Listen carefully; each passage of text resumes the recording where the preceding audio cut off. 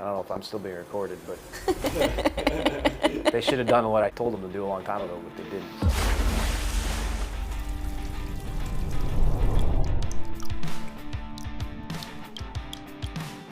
At Breaking Barriers, we're documenting how meaningful change happens in packaging and materials through everyday, candid conversations. So today we're joined by Mike Marcinkowski. Thanks for coming. Yeah. Thanks for having me. Appreciate it. Yeah. Let me give a little quick intro as to what my team told me to intro you as.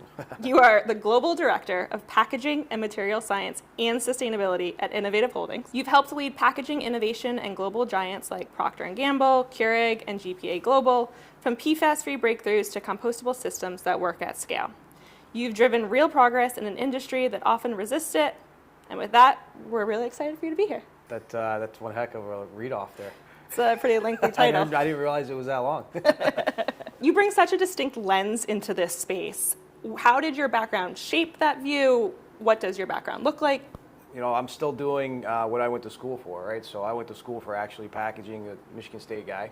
And I've always been fascinated with the packaging science. And, you know, I remember a professor once made a comment to me like, you know, everything needs a package. So if you can't hack it, you pack it. So I started off in non-preference engineering and kind of went down the journey of all the different types of engineering, but packaging kind of was the one that really caught my attention and passion. And I've been doing it ever since, right? So, you know, my background started in the computer industry, and then branched off into consumer CPG goods. After that, decided to challenge myself more and go into the food and beverage side, which is a lot more complicated in terms of the packaging science. And then kind of morphed my career into a side where to be less on the more corporate piece of it, but more working with people that are in corporate to help drive their goals and needs, to help bring things to life at the shelf. So luckily I've had a good gamut on both sides in the industry, right? Being the customer to supporting the customer, and yeah, I mean, it's kind of evolved to that. And I think as you get older in your career, you start to define more what drives you and what you have more passion around. And not an older fella in my career, you get to kind of pick and choose your path a little bit more and focus on the things that you have more passion around. Quick question before we move past going to Michigan and all of that. You went to play for hockey, I'm assuming. I tried, yeah. Okay, so what in high school made you want to be part of a packaging school? I didn't. You know, when you're in high school, you're focused on wanting to be a professional hockey player. That was my goal. So luckily, I was able to attend a university that was large enough to offer several different programs that fit into what my original goal was. And I went to my first packaging class, which was Packaging 101, and the first thing they taught me was how to make a beer bottle. So right then and there, I was like, okay, I think I can do this for a living if the hockey career doesn't quite pan out, which it didn't. So I just could never imagine as an 18-year-old figuring out that I want to go make paper into something more than that. Yeah, I don't think a lot of 18-year-olds know exactly what they wanted to do that young. I mean, I knew I wanted to do something where I was building and designing things. My father was an engineer. He worked in construction. As a kid, I worked a lot with him on his crew. So I always had some type of passion around wanting to do something creative and design and build. And it just so happens that packaging really touches so many people's lives in an everyday thing. To me, it's become such a more impactful way of being part of that engineering community. So we will go into some of the projects you worked on with P&G and Keurig and whatnot, but I would say you were probably ahead of the sustainability initiative when you first started. What was the moment that made you want to go and start innovating sustainable materials? I think as a packaging person, I feel it's kind of my core responsibilities to know what we put into the world. There's so much information, greenwashing, being able to decipher through all that and really build and design things that are impactful for the world and the environment, and then doing it and launching it, I think, are two different discussions. But for me, sustainability, I think, was a hot buzzword probably in the early 2000s, which was a totally different landscape than I think we are today. Back in those days, I was working for P&G and Gillette, and we had our eyes on things that were starting to heat up from a legislation point of view with single-serve packaging and all that, and it sent a lot of nervousness throughout the organization to the point where we had to start thinking about how we were going to react to some of these scenarios if something was to go in place that could impact our everyday SKUs. So sustainability for me kind of started then, where, you know, starting way up in the front end process of designing and engineering for a product, you know, doing it with sustainability in mind and focus at the start is probably the most critical thing to do, because it's a lot harder to do as you try to catch up after it's already been launched. So designing all that in at the front end is a key piece. What do you think's driving that change from the front end? I think a lot of the stuff that's happening over in Europe is starting to filter over here in North America. I mean, there's so many different factors, right? The generational change, youth, education, social media, you know, how much has changed in the landscape around material science and innovation alone, right? The material side is so different now. I mean, things like molded fiber and pulp is completely a different landscape than it was 10, 15 years ago. And the ability to, with the right partners, innovate and drive things is more of a discussion with customers and partners than it was, I think, a long time ago. Before it was, you know, here's your drop-down menu of materials, here's what it costs, and let's go, right? Now it's kind of like, well, we got to consider all these other things up front, and then plug in all the other factors like pricing and manufacturability and all the other stuff that drives the end product. But I would say definitely a huge shift and change just in, I think, the approach on how people think about the earth and what's impacting the earth and climate change and all that, which is all, you know, driving down to simple things like bottle caps and bottle wrappers that, you know, people see floating in the ocean now, and it's becoming more mainstream and more people are aware now. So I think those are the big drivers that are changing.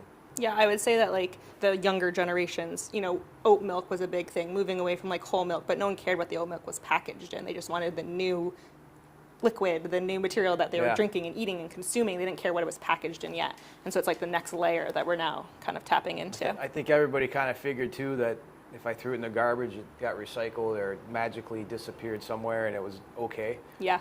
But I think over the years, the educational process around MRFs and landfills has changed, and what MRFs are actually doing versus what people think they're doing. Right. Which is driving a lot of the change, especially with large CPGs. Right. As they're starting to get more external pressure to start reducing plastic and meet their glide path goals. So there's just a lot more awareness and drive and focus on change than I think it was when I first started my career. I'm an espresso user on a daily basis. I'm throwing out plastic every day. So how did you guys tackle that like negativity that came through, or what should brands do in that sense? A lot of focus became more on the plastic side. When I was there, we started to focus on making changes that would be better for the environment. We took a material that was better blended, better engineered for recyclability, and made it a very conscious effort to educate people on how to recycle these type of materials. It was a big change. It took a lot of engineering because we had to make a big material substrate change.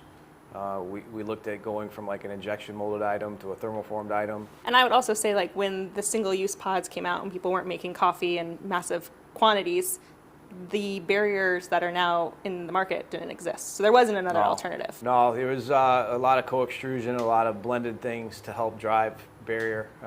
Now with innovation and technologies today, there's a lot more science options, you know, that opens up doors to other substrates also. You know, it could be paper, it could be different types of bioplastics or compostable plastics. It really just depends on a few factors like manufacturing and cost. So I was going off, you say, so manufacturing costs. I would say, what do you think is the biggest challenge for brands, whether that's CPG or other industries, to even start making sustainable changes? I think the later you wait, the more challenging it is. Okay. And the reason why I say that is because a lot of large companies, when they launch a product, they invest X amount of dollars in their packaging lines and their packaging equipment. If it's not contract packed or done second party. But if it's done in-house, you know, you're designing manufacturing lines are on a certain structure and a certain substrate performance. So automatically, when you start to change those factors, they have big impacts on the equipment. Right. So I would say probably the biggest challenge out of making a sustainable move is that design for manufacturing piece and understanding your product scrap rates and your production costs versus capital investment. From the innovation standpoint, do you think it's harder to innovate or to then commercially adopt the solution? That's a loaded question right there. I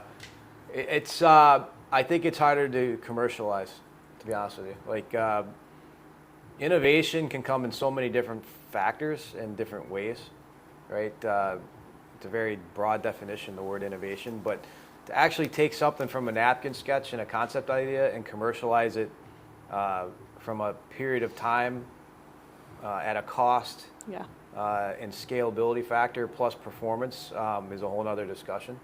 I mean, a lot of people spend a lot of time with consultants and experts that can give you a 30, 40-page deck around innovation. But then you have to filter through and figure out, what exactly can be executed from that. And there's so many outside factors that influence that decision, right? Marketing, branding, graphic development, and then manufacturing and cost. Like innovation, I call it FEI, right? So front-end innovation is that fun part of our jobs, right? Napkin sketch, here's a cool idea, let's make this out of that. Right, it's what your office is filled with. But yeah, like my office, my house, my car. But yeah, I think taking that concept and then driving it to reality is a pretty big paradigm shift. Is there a project you worked on that shocked you the most that went commercial? That really? Yeah, I think back in the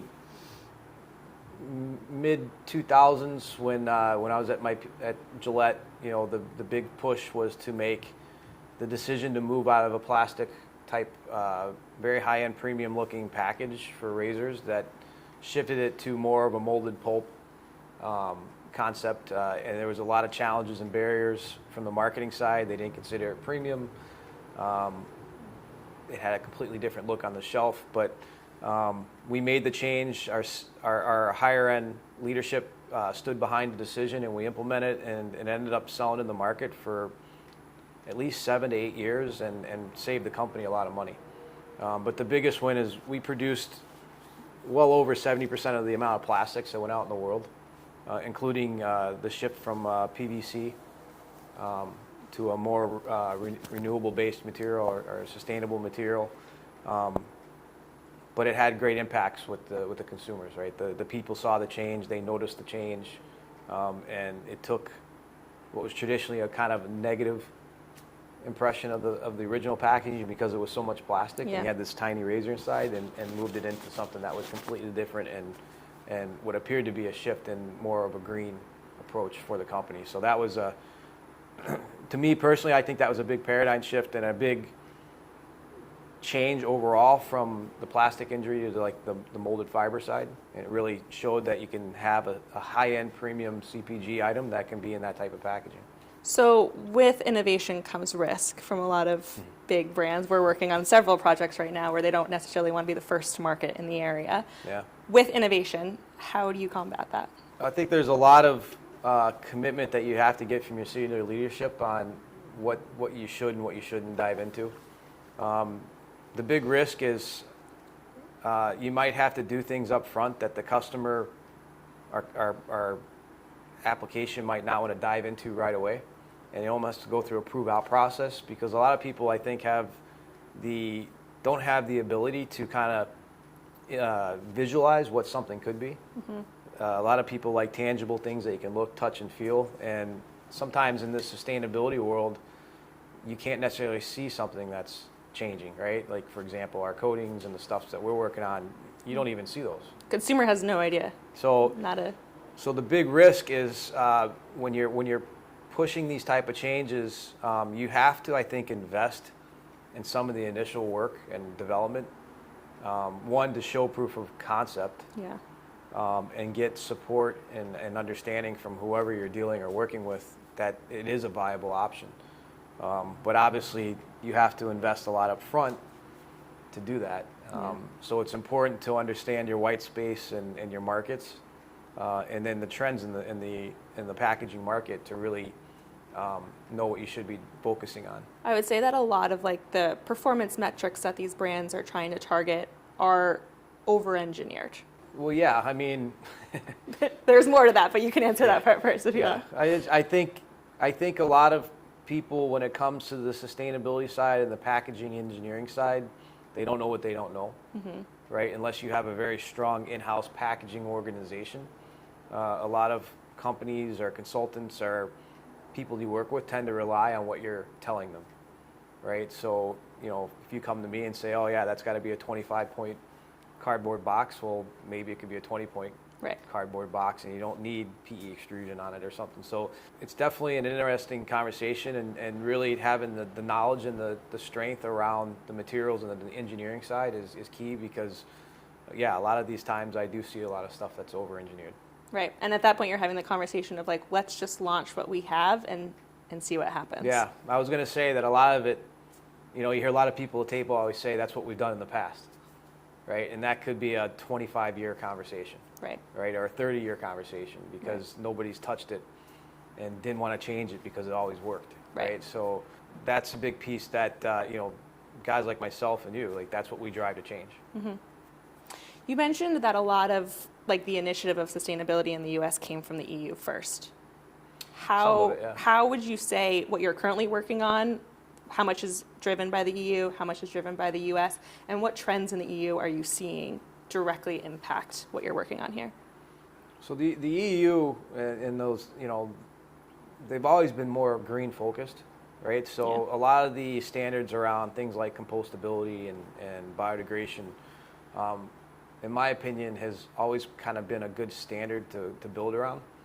I've always worked for global organizations, so I've always had the responsibility of not developing a single spec. It had to be a global spec, which means that whatever we do here in North America should, to the best it can, suffice and work for Europe or Poland or Asia.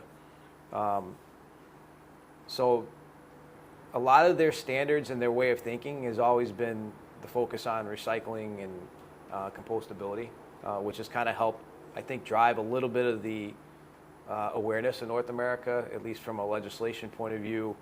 I think a lot of people today are starting to look at what Europe's doing and seeing that they're having success with it. And it's driving a little bit of the conversation here. I mean, U.S. primarily is so focused on recycling, but there's a lot of influence that's still coming from the European side, and for me, I use a lot of that as the standard of how I design and develop things. So you're saying, we've agreed that some of the trends are coming from the EU. What do you think is the biggest trend coming our way, or what's not getting enough attention right now that should be? I mean, the biggest thing that I'm seeing in a lot of the discussions I'm having with people today is the focus on less packaging in terms of their primary vehicles.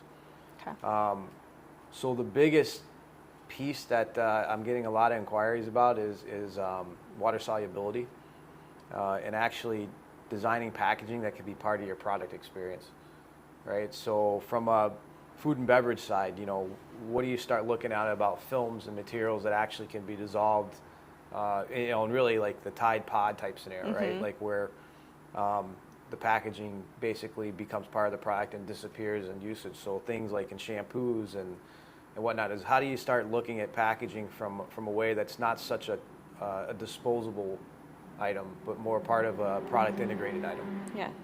There's the packaging, I don't know the company, but I'm pretty sure you can like flush something down the toilet right now. That's like, it appears like plastic, it holds the product like plastic, but you can just flush it and it dissolves.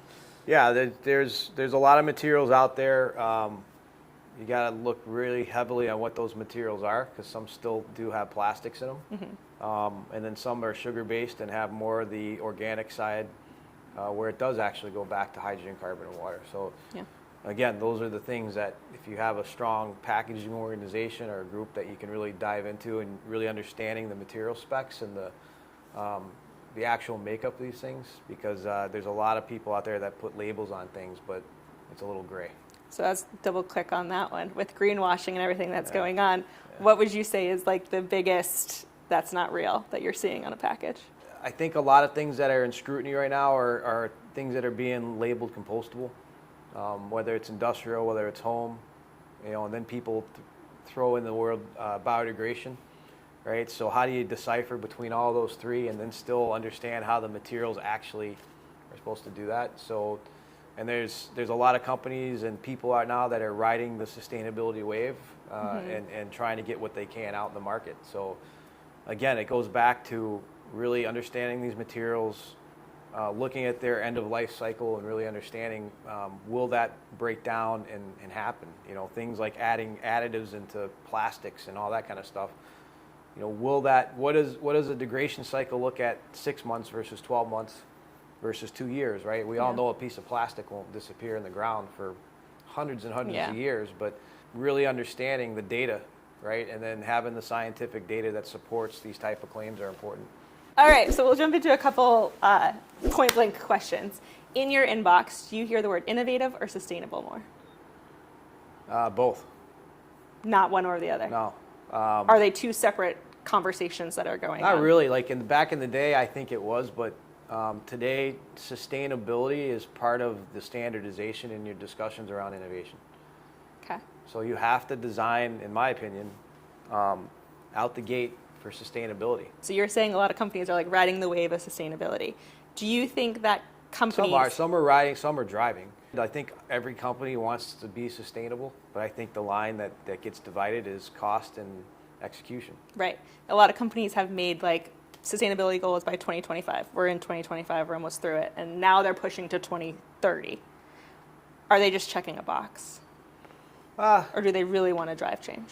I think they want to drive change. I think a lot depends on the complexity of what they're trying to change, right? Mm-hmm. Like, I mean, we've worked on projects that have gone almost 5 years, right? Yeah. So it's not an easy thing just to make a change to go green.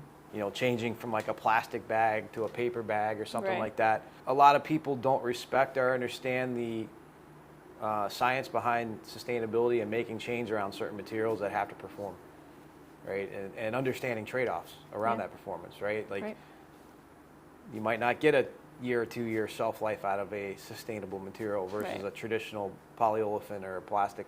What's your sustainability goal for this year? I think the biggest thing I really want to focus on is eliminating laminated structures.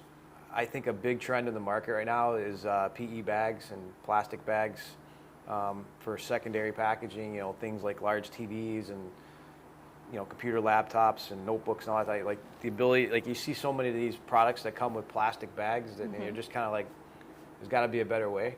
So if you're like walking through a Target or any store, what's the wildest packaging innovation item that you'd want to see? I think the biggest opportunity area right now isn't at Target, Walmart. I think it's in your grocery store, right? Go down the produce section and you just look down the wall. It's a sea of plastic containers. And it is an area that I'm actively looking at right now is how do you start looking at eliminating some of that type of packaging that really is a single-use throwaway item. I mean, 100%. Some stuff, strawberries, mushrooms, those type of, they're in rPET, APET plastic containers that are designed for about a 7-week or 7-day usage, and it gets thrown away if it's not fresh on the shelf. If you were to give a TED Talk, what would the title be? If I were to do a TED Talk, it would be how to drive innovation through the use of material science and innovation. And what would you talk about? The realities versus the perceptions of materials and packaging. I would talk about how we can make changes on things like LED lights with packaging. You can print inks that light up now. You can print sound with speakers that are inks. I think I would really focus on kind of shedding the light on what really is out there if you're willing to invest and look into possibilities versus what the traditional, this is the way it's been done. So much of the stuff that I've touched and developed in the last probably 15 years is pretty much all the things that everyone has said it can't be done. If you were to go back and talk to college Mike and tell him what you're doing now, oh God, what would you tell him? I think college Mike would be happy with what he's doing now. But you had no idea you were going to be doing this then? I think I had an idea around my junior year. Did you ever bring the beer bottle any further than the classroom? No. No. Do you think that's one of the packaging opportunities? I've worked on, well, I mean, my Keurig days, I worked, we did acquire and work with Dr. Pepper. Yeah. And we started looking at alternatives to beer bottles are bottles in general. Yeah. Right. And I do have a couple projects right now where I am looking at eliminating plastic bottles and moving into a more renewable-based bottle. So I guess the beer bottle didn't exactly go away, but I mean, glass is actually a great packaging product for beer. Right. Especially amber. And it works. It works. In Europe, they convince their consumers there to reuse all the packaging, especially glass. Yeah. So it's getting washed and reused. So it's that's a. They're actually taking care of what they're using. Yeah. And it's got it can last forever as long as they take care of it. So thanks for joining. You're the first one. How do you think it went? Thanks for having me. It's nice to get away from the normal everyday grind, and I really appreciate you taking the time to talk about, what should be and what can be happening in packaging. If you'd like to hear more conversations like this about sustainable materials and packaging, visit us at impermeamaterials.com or tune in to wherever you listen to your daily podcasts.